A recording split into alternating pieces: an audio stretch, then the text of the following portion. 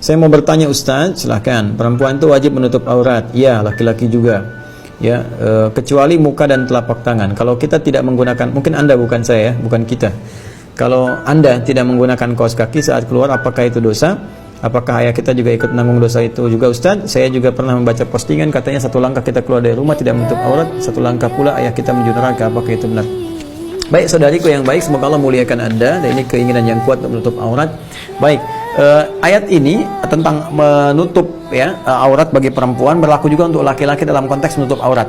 Jadi menutup aurat itu bukan hanya perempuan, laki-laki juga sama. Cuma batasannya yang berbeda antara aurat laki-laki dengan perempuan. Aurat itu asalnya sesuatu yang terbuka. Ya, yang terbuka yang harus ditutupi. Jadi aurat itu arah yang urut terbuka, sesuatu yang terbuka. Nah, yang terbuka itu ada yang tidak menjadi aib, ada yang menjadi aib. Ya, sesuatu yang jelek untuk dilihat, sesuatu yang menimbulkan hal yang bisa menyebabkan maksiat terjadi misalnya, ya. Nah, di laki-laki misalnya ada bagian-bagian tertentu yang ketika dia terbuka, misalnya tangan sini terbuka, itu pandang biasa. Ya, nggak ada orang maksiat melihat tangan laki-laki misalnya kan, dan seterusnya gitu. Kemudian perempuan berbeda. Karena perempuan diciptakan oleh Allah Subhanahu wa taala dengan hukum tertentu, dengan keadaan tertentu, dengan keindahan tertentu yang berbeda dengan laki-laki, sehingga bagian-bagian tertentu yang ketika terlihat di perempuan itu, mohon maaf ya, bisa berpotensi menjadikan setan memanfaatkan itu untuk membisikkan was-was. Ya, apakah kemudian mendorong berbuat sesuatu yang tidak baik gitu kan, atau menimbulkan sesuatu yang kotor dan sebagainya. Karena itu Islam datang dengan syariat melindungi dan menghormati perempuan. Ingat, syariat yang datang itu memberikan penghormatan dan perlindungan kepada perempuan. Karena itu ketika awal mula pertama syariat hijab diberikan, kan?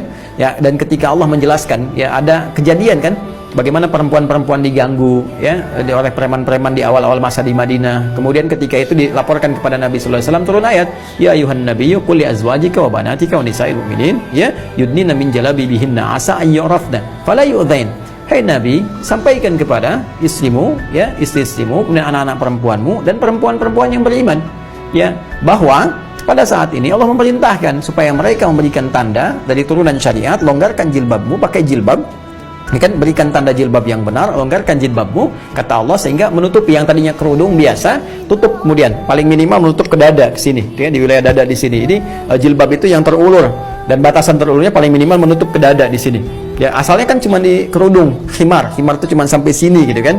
Nah, jadi kemudian diminta dilonggarkan sebagai tanda supaya aurat-aurat inti diantara itu semua yang biasa tampak ditutupi. Nah, apa di antara tujuannya? Asa ayyurafna. Pertama diketahui sebagai identitas. Ya, identitas muslimah yang disyariatkan, memenuhi unsur syariat. Jadi ini identitas sebagai muslimah, bangga itu, Anda harus bangga. Ya, Anda bangga di hadapan Allah. Jadi Allah itu memberikan identitas khusus bagi perempuan supaya dibanggakan di hadapan Allah. Apa enggak ada muslimah yang pengen dibanggakan Allah? Ya, Anda dibanggakan orang begitu senangnya luar biasa. Kenapa dibanggakan Allah nggak senang? Ya, karena itu ketika Allah ingin memberikan kebanggaan kepada Anda, gunakan jilbab Anda. Setelah itu apa? Fala yu'dzain. Maka konsekuensi hukumnya ketika Anda mengenakan itu, Allah berikan perlindungan. Jadi sebetulnya jilbab itu luar biasa. Begitu Anda kenakan, teman-teman sekalian, ya akhwat, itu melekat hukum pada laki-laki untuk memberikan perlindungan dengan izin Allah Subhanahu wa taala. Gak boleh ada orang ganggu dia. Karena itu ketika ayat itu turun dan diganggu lagi, maka langsung kemudian dilindungi ya oleh para mukminin pada saat itu. Nah, itu diantaranya. Jadi ketika diturunkan ayat-ayat itu menutup, maka diandur disimpulkan, langsung Allah sampaikan, illa ma dhahara minha, tutupi bagian tubuh manusia kecuali yang biasa tampak, illa ma dhahara minha. Nah, yang biasa tampak ini ada yang disepakati oleh para ulama. Diantaranya apa? Wajah, ini biasa tampak. Kemudian telapak tangan, ini biasa tampak. Karena ini biasa tampak, ya saudara-saudariku, ya terutama para akhwat, maka yang disepakati, ya perempuan boleh, ya terlihat kemudian wajahnya, tetap dia menggunakan jilbab misalnya, tapi bagian wajah boleh tampak. Kecuali pada kondisi tertentu, ya diantara perempuan dengan dua sifat. Satu, yang misalnya khawatir dengan wajahnya yang menjadi fitnah misalnya, ya karena ada ujian kecantikan ya yang luar biasa. Walaupun orang mengatakan cantik itu relatif, tapi jelek itu mutlak misalnya kan, tidak demikian pula, karena ada kecantikan-kecantikan tertentu yang disepakati.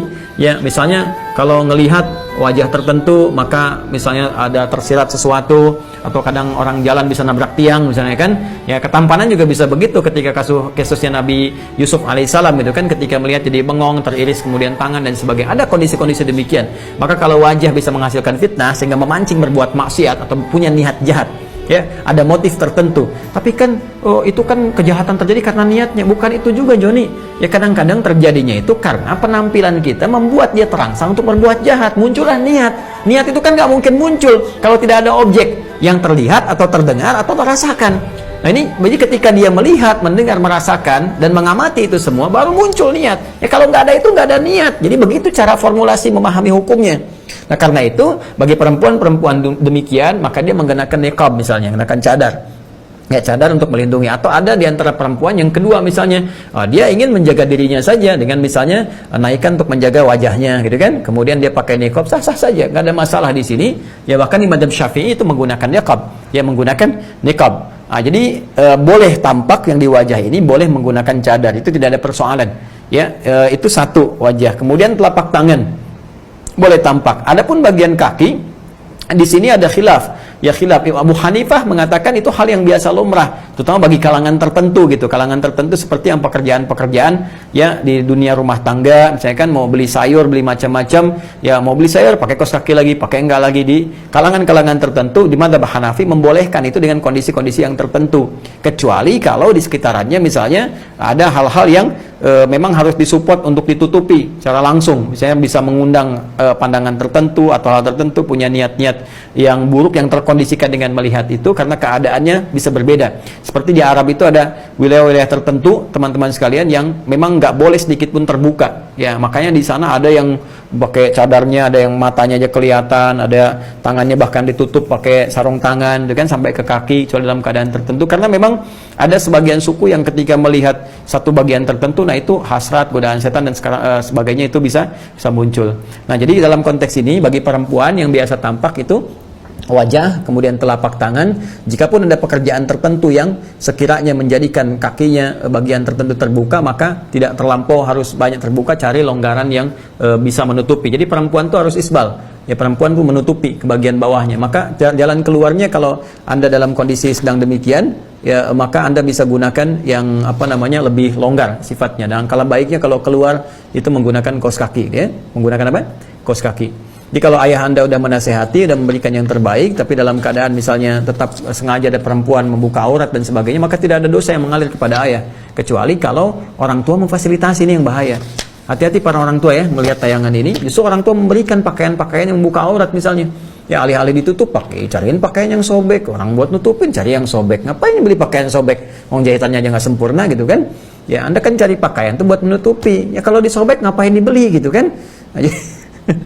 Jadi mohon izin ya, mohon maaf ya, ini kan cara berpikir saja gitu, bukan model, tapi dalam konteks ini adalah menutupi bagian-bagian yang tidak harus tampak keluar. Jadi untuk perempuan sekali lagi, kalau dia keluar yang bukan mahramnya, maka yang disepakati untuk bisa dia tampak adalah bagian muka, wajah dengan telapak tangan. Adapun bagian kaki itu khilaf di dalamnya. Mazhab Hanafi membolehkan kalau dalam rutinitas yang biasa. Ya, tapi jumhur ulama lebih tetap mengatakan itu bagian dari aurat yang harus tutup menggunakan kaos kaki. Jadi saran saya pakai kaos kaki.